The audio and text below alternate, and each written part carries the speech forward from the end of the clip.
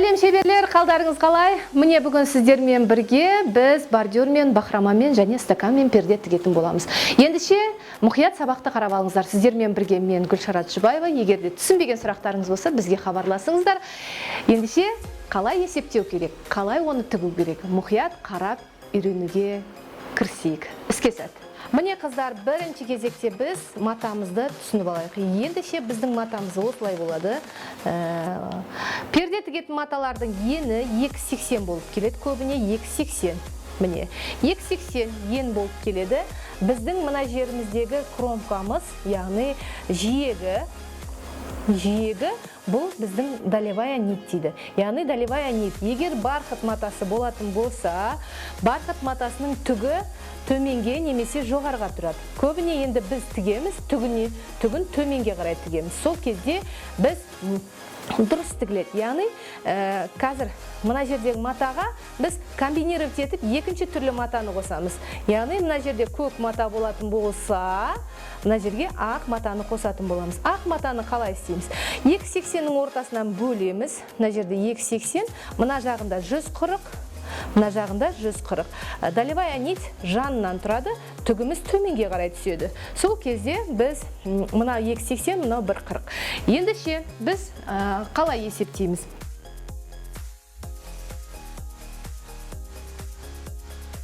Ендеше біз қалай есептейміз? Есептегенде мынау мысалға 3 метрлік карниз болсын. Карниз 3 метр. 3 метрлік карнизіміз. Біз оған мына жерге көк матаны, одан кейін ақ матаны қойғымыз келіп тұр. Одан кейін ақ матаны, одан кейін көк матаны қойғымыз келіп тұр. Дәл осылай тігеміз. 3 метрлік карнизге біз 2,80 мен 1,40-ты қосқан кезде 4, 3, қазір есептеп. Ендеше біз мына 2,80 мен 1,40-ты қосқан кезде 4,20 болады. Сонда мына жағымыз 4,20, мына жағымыз 4,20. Бірақ біз бұны жоғарғы жағын стаканмен жинақтап аламыз. Стакан.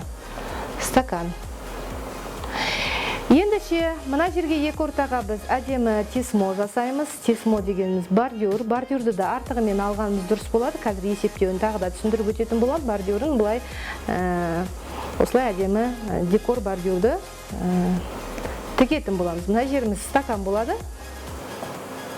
Немесе енді әркім әрқалай, енді дегенмен біз өзіміздің модельді сіздерге көрсетіп жатырмыз, яғни стаканмен тігілетін, және шеті бахрома.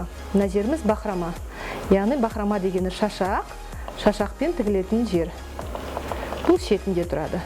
Бұл бордюрды жасамасаңызда кәдімгі комбинированный перде болып шығады. Сізде егер 3 метрлік карниз 2,60 биіктік болып жатса, кейбір қыздар мына тұрсында, мына долевая нитті мына жанына қарайда тігіп жатады.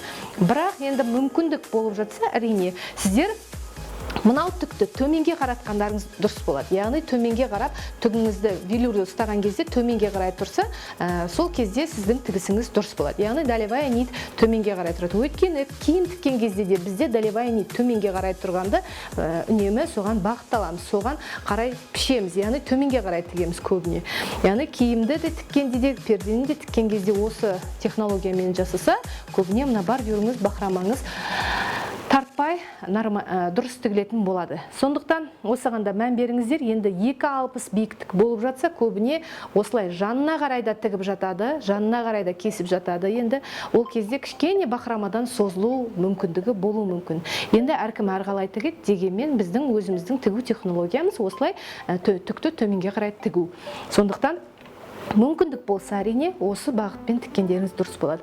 Ендеше 3 метрлік карниздің биіктігі мысалға 3,10 болу мүмкін, 3,10 биіктік.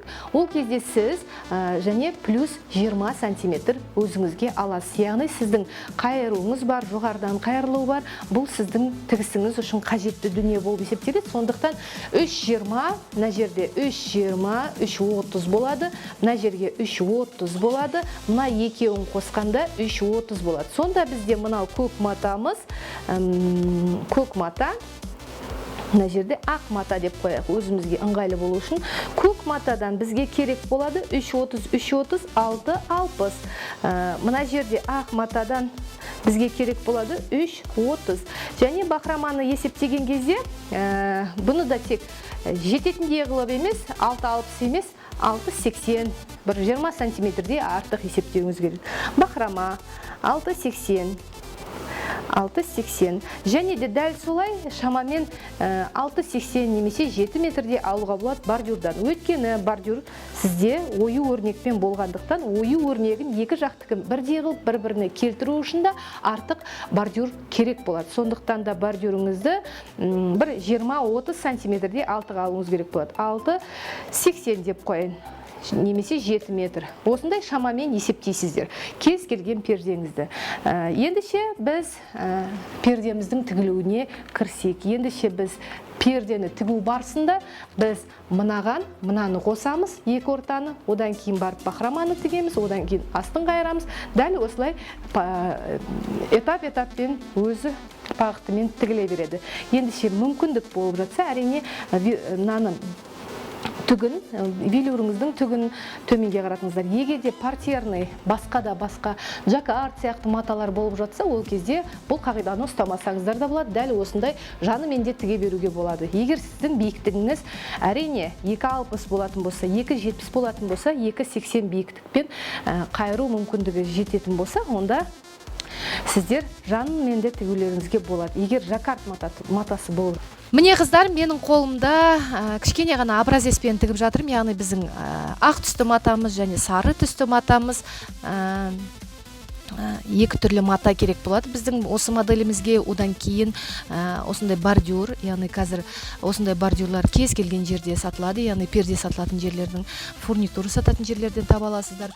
Бұл бордюрды мен азғантай ғана алдым, яғни образец есебінде сіздерге тігісті көрсету үшін. Бұл шашақ, бахрома.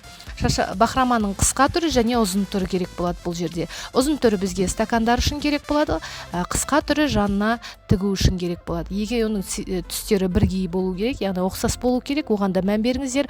Одан кейін бізге керегі бандо, яғни люверс тігетін шторный лента деп жатады, перде тігетін лента деп жатады. Бұның ені шамамен 12-14 сантиметр болып келеді. Әртүрлі енде де бар. Бұл кәдімгі штор тігетін, яғни перде тігетін лента. Ендіше менің матам, міне бағана түсіндіріп өткенімдей, мен қазір түгін төменге қаратып пішіп алдым. Өзімнің матамды сіздерге ыңғайлы болсын деп, экранға сесін деп, кішкентай ғана матамен жасап жатырмын. Бұл модельді негізі, міне мүмкіндік болып жатса, әрине түкті төменге қаратқан дұрыс болады. Мынау біздің кайм кромкамыз, сол кромканы кесіп алып тастасаңыздар да болады. Одан кейін бұл кромканың бойы долевая нить деп есептеледі. Яғни осы кромка бойымен тігілгені дұрыс болады. Төменге қарай тігілгені дұрыс болады. Екінші матамызда бұның да кромкасын жанына қойып, екеуін қосып, екеуінің де түгі төменге қарай қарап тұр.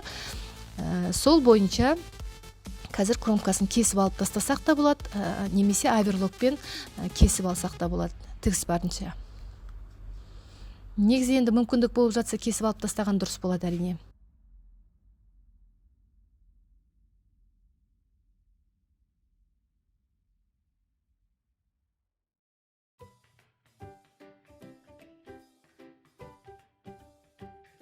Ең бірінші кезекте екі қосылатын жерімізді, яғни екі пердеміздің сары мен ақ қосылатын жерін оверлок өткізіп аламыз.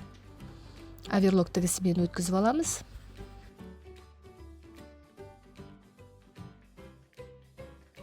Одан кейін екеуін бір-біріне қаратып, түгін төменге қаратып, түйреп аламыз.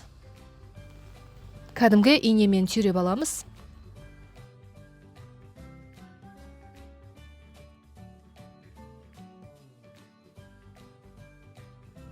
Міндетті түрде түйреп жұмыс жасаңыздар перденің бойын, өйткені бұл өте маңызды кезеңнің бірі болып есептеледі. Міне, түйреп алғаннан кейін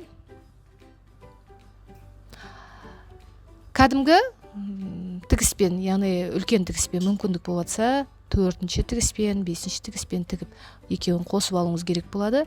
Байқасаңыздар, менің инем бір несіне лапканың бойымен емес, лапкаға көлделең тұр. Ендеше тігістен кейін біз міндетті түрде өтік басып алуымыз керек. Әр тігістен кейін міндетті түрде өтік басып отырсаңыздар, бұл біздің жұмысымыздың сапалы шығуына әсер етеді. Және мынау екі жаққа қарай, матаның қосылған жерін екі жаққа қарай айырып, тағы да өтік басуымыз керек. Ендеше біз жанын қайырып жатырмыз. Жанын қайырғанда 2-3 сантиметрден қайырып аламыз. Одан кейін тағы бір рет қайырамыз. 2-3 сантиметрден қайырғаннан кейін бұл біздің пердеміздің жаны. Міндетті түрде инемен түйреп алыңыздар. Түйреп жұмыс жасау керек, өйткені тігіс барысында ол айналып кетуі мүмкін. Оның үстіне барқыт матасы, велюр матасы өте қиын маталардың бірі болып есептеледі. Міне екінші жағында мен қазір осылай 3 сантиметрден өтік басып алып жатырмын. Бірінші қабатын өтік басып аламыз, одан кейін екінші қабатын өтік басып аламыз.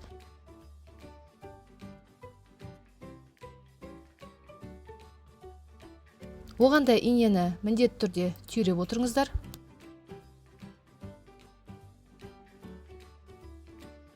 Инені түйреп үстінен өтік басып алғаннан кейін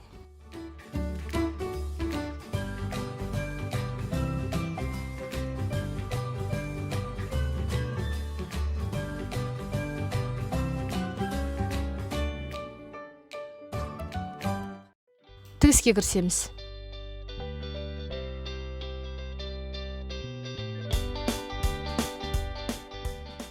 Әрине, инемен түйреп алғаннан кейін тігу өте оңай болады. Және аумай, айналмай мата дұрыс тігіледі. Осығанда өте қатты мән беріңіздер. Байқасаңыздар, мынау лапканың жанымен қайырылған жерді бірдей жасап жатырмыз. Сондықтан бірдей болып шығу үшін.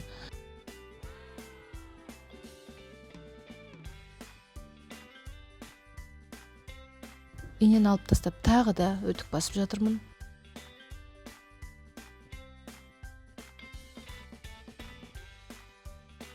Ендеше түгін төменге қаратып, екеуін қосып алғаннан кейін төменгі бөлім, яғни төменгі жағынан біз қайырып жатырмыз.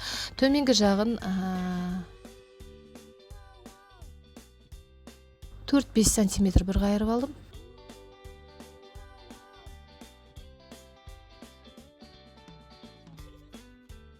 Одан кейін екінші рет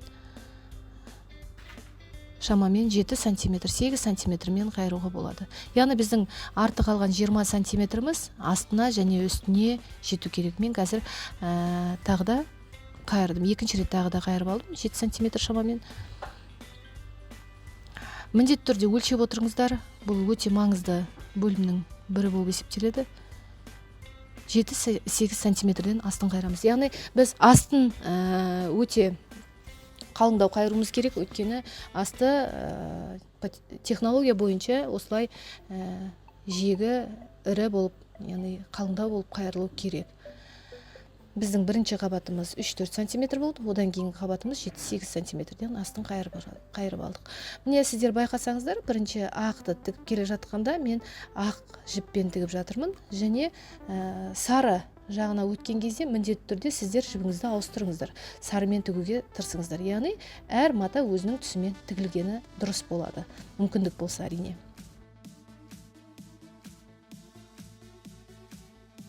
Енді мен қазір сары тігіспен, сары жіппен екінші жағын тігіп жатырмын.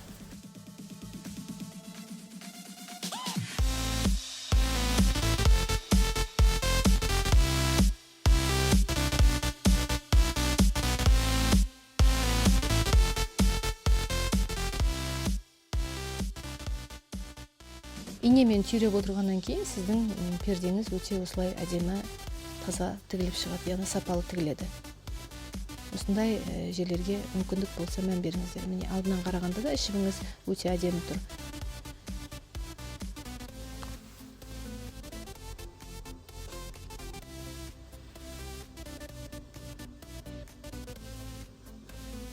Одан кейін де біз тағы бір өтік басып жатырмыз.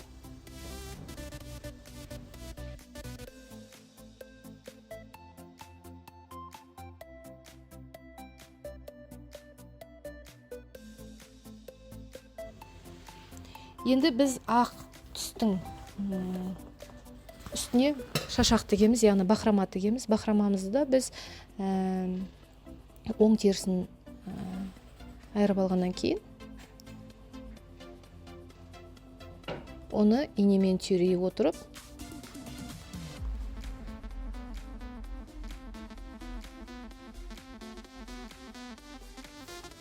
міндетті түрде осылай белгілеп аламыз. Яғни инемен түйреп отырып тартпай біркелкі. Мүмкіндік болса әрине алдын ала бахрамаңызды және бордюріңізді өтік басып алу керек. Өйткені бұлар синтетикалық болғандықтан бұлар тігістен кейін де тартылуы мүмкін. Сондықтан оған дейін тартылсын деген мақсатта бірінші біз бахрама мен бордюрды міндетті түрде өтік басып аламыз. Тартылғаннан кейін тігу ыңғайлы болады және тартылмай тігіледі.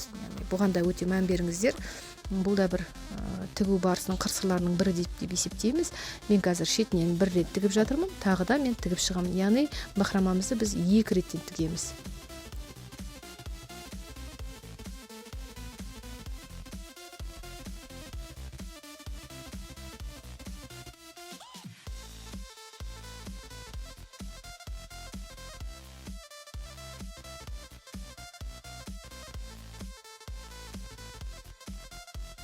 Ендеше иненің бәрін алып тастап, қазір тағы да екінші қатар тағы да жүріп шығып жатырмыз.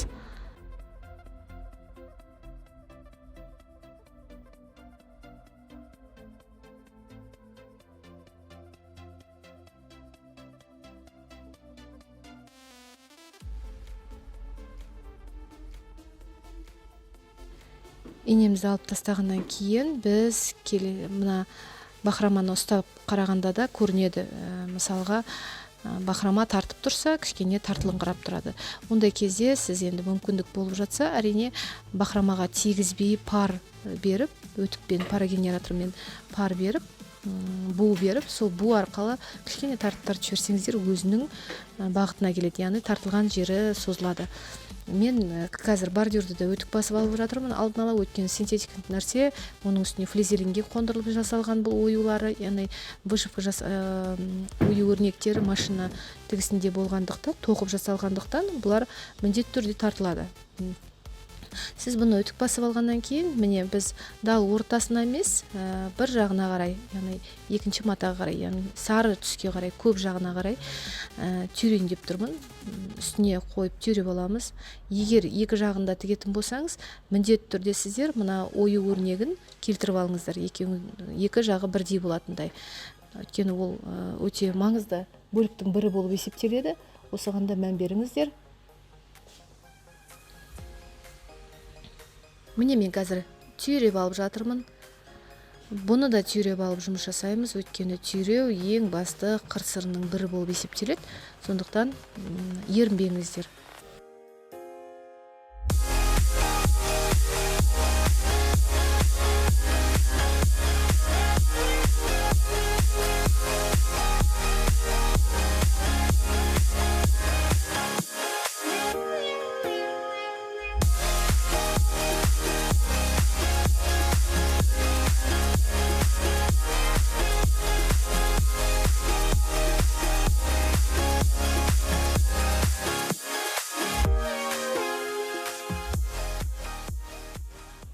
Міне мен бордюрдың арасын, артын бірден қайырып кеттім. Яғни ары ішкі жағына астарына өткізбей қайырып, сол жерден тігіп жатырмын. Сіздер де дәл осылай тіксеңіздер болады.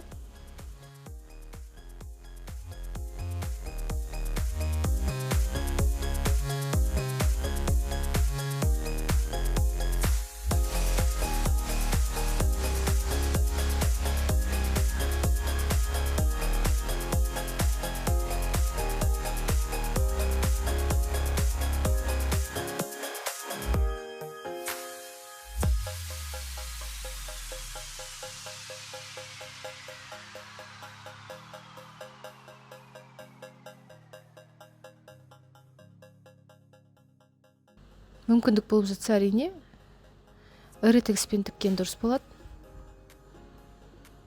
майда тігіс өздеріңіз де білесіздер, ол енді тартып солай тігеді. Тігіп болғаннан кейін тағы да өтік басамыз. Енді өтік басу бізде өте көп жасалады, өйткені өтік басу арқылы біздер бүкіл перденің өз формасына келуіне барынша ерінбей соған күш саламыз. Міне қазір енді жоғарғы бөлігіне келдім.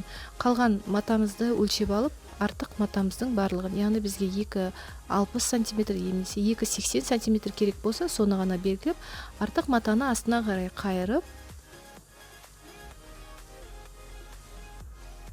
үстіңгі лентаны тігуге кірісеміз. Бұл енді қазір үстіңгі бөлігі, яғни біз екі шетін бірінші тігіп алдық, яғни біз екі ортасын бірінші қосып алдық, одан кейін екі шетін тіктік, содан кейін астын қайырдық, одан кейін барып біз бақырамасын тігіп, бордюрын тігіп болғаннан кейін біз қазір үстіңгі бөлікке кірдік. Ендіше мен қазір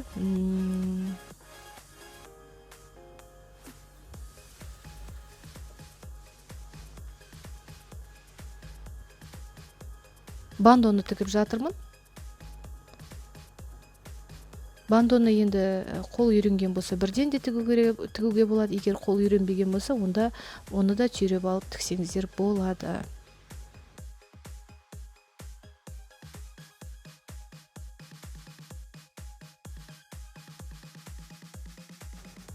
Артық бақыраманы кесіп тастап, бандоны да қайырып, дәл осылай тігіп алдық. Ендіше бандоның шетін тігіп, екінші жағынан тігіп жатырмыз. Бандодан кейін біз шторны лента дейміз, немесе жаңағы перденің лентасы дейміз. Сол лентаны тігуге кірісеміз қазір. Бірден бандоның үстіне соны тігеміз.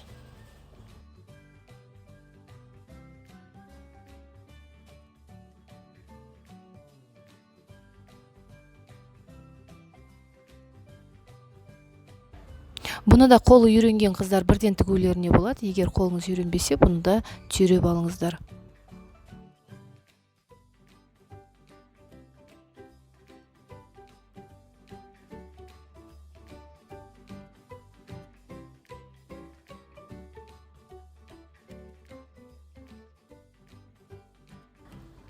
Артық лентаны кесіп тастап, ішіне қайырып тігіп жібереміз.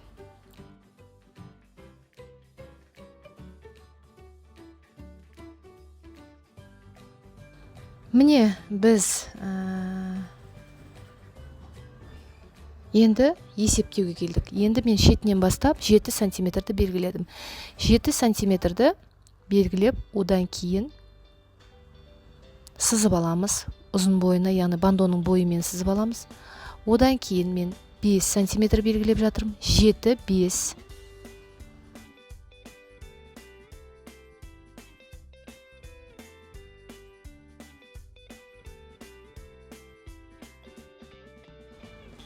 Оны да бандоның бойымен сызып аламыз ұзынына.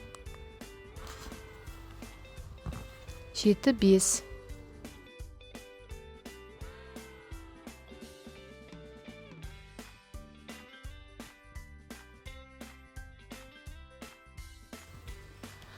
Міне байқасаңыздар қазір біріншісі 7 сантиметр болды, одан кейін 5 сантиметр болды. Осыны жақсылап мұқият қарап алыңыздар. Одан кейін тағы да 7 сантиметр болды.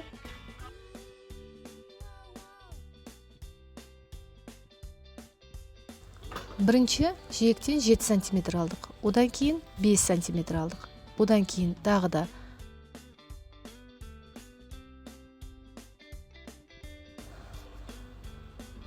7 сантиметр алдық. Міне.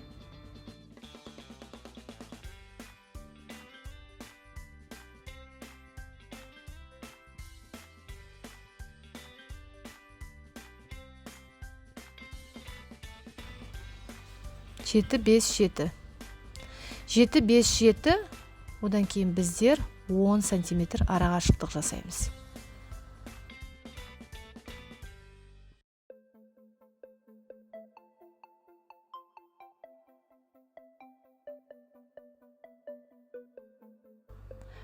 Одан кейін 7, 5, 7 қайтадан сол баяғы есебіміз бойынша кетеміз. Міне 7, 5,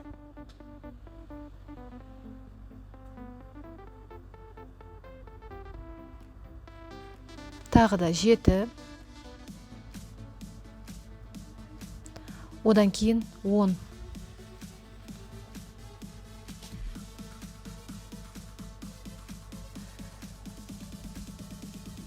тағы да 10 сантиметр арақашықтық жасаймыз. 10 сантиметр арақашықтық. Одан кейін тағы да 7, 5, 7.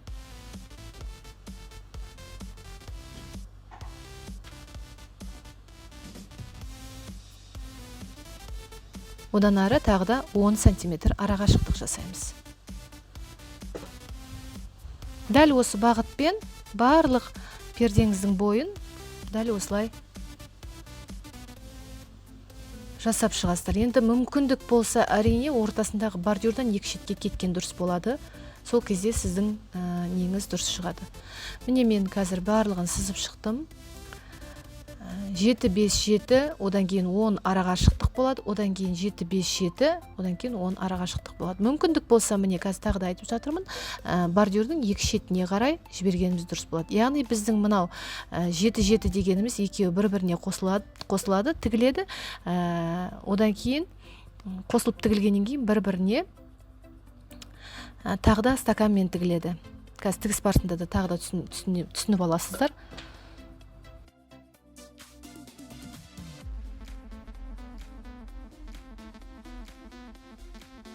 Міне біз бірінші жетіні бір-біріне 3,5 сантиметрден қосып, бұлай стакан жасауға кірісіп жатырмыз.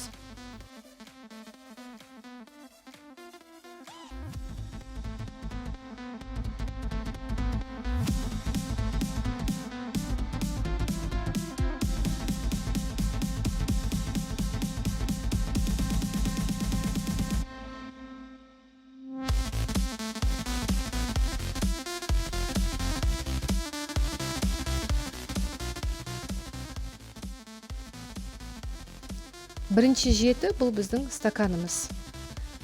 Одан кейін екі аралығында 5 сантиметр бар. Ол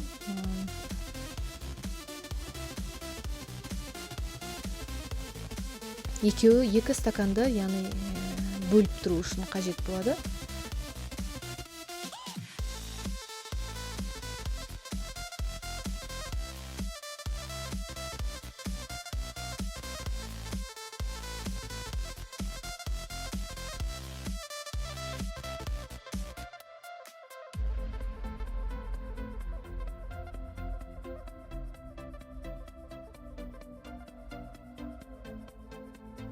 Бір тегіс қылып, жоғарыға қарай тігіп шығамыз.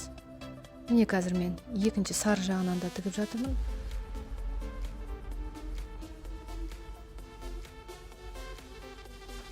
Жеті деген жер бір-біріне қосылып тігіледі. Сонда 3,5 сантиметрден әр стаканымыз түседі.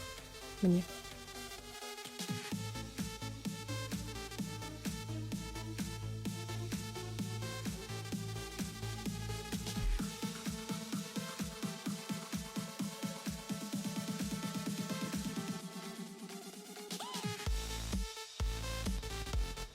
Екінші жетіні жинап жатырмыз, екінші стакан бұл.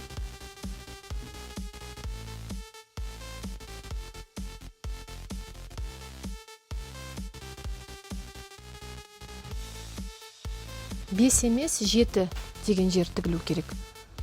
Міне. Әр стаканның арасы 10 сантиметрден түседі.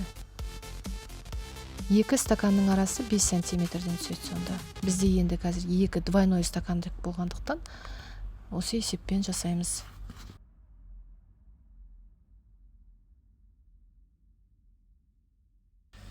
Бұны біреулік қылып та жасауға болады.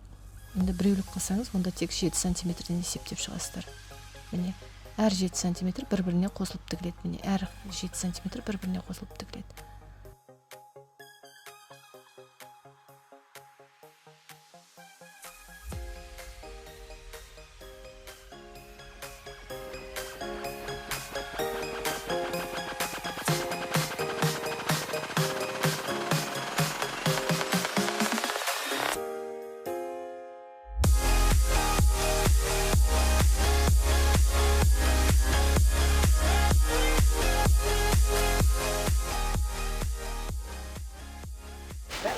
Міне қыздар, біз қазір тігіп болған стаканымызды дәл осылай үстінен әдемілеп өтіп басамыз.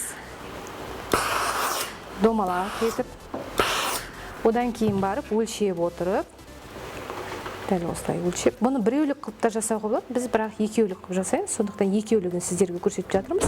Біреулік қылып та жасап, дәл осылай өзіңізге қажетті жерден бір ғана стакан қылып былай да тігуге болады. Біреулік қылып, мына жерден ше. Ал егер екеулік қылатын болсаңыз, біздің есебіміз бойынша дәл осылай бір-біріне тігіп, қосып тігіп алып, осы жерден мынандай бахроманың ұзынын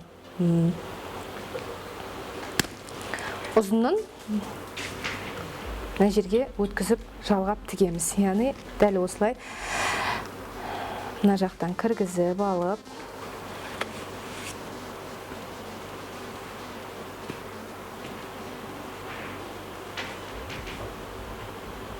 міндетті түрде өлшеп алыңыздар. Мысалға біз 16 сантиметрден тігеміз. Сол 16 сантиметрден өлшеп стаканымызды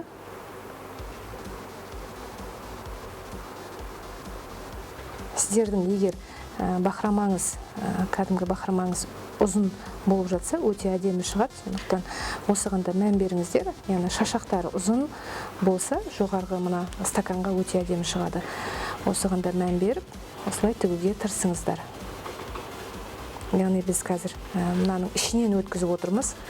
Мына жақтан қайтадан алып, қайтадан кіргізіп, дәл осылай тіккен кезде сапалы тігіледі. Асықпай әр тігісті тігіп, өлшей отырып, жасап шығыңыздар. Сол кезде бәрі сәтті шығады деген ойдамын.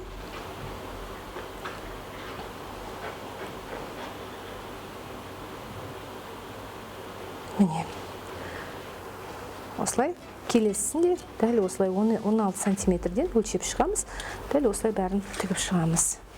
Біздің бахромамыз, яғни шашағымыз, жиегіндегі шашаққа ұқсас, бірақ одан ұзын болып келеді.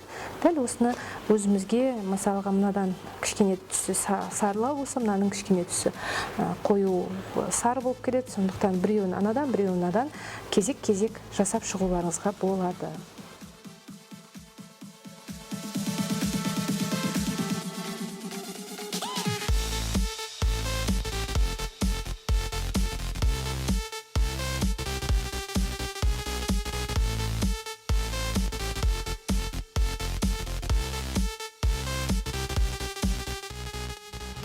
Міне қыздар, сіздер байқаған болсаңыздар, міне біз бордюрымызды тігіп болдық. Мынау біздің бахромамыз дәл осылай тігіледі. Егер де түсінбеген сұрақтарыңыз болса, біздің номерлеріміз сіздерде бар. Бізге хабарлассаңыздар болады. Істеріңізге сәттілік тілеймін. Ендеше бізге үй тапсырмасын жіберуді ұмытпаңыздар.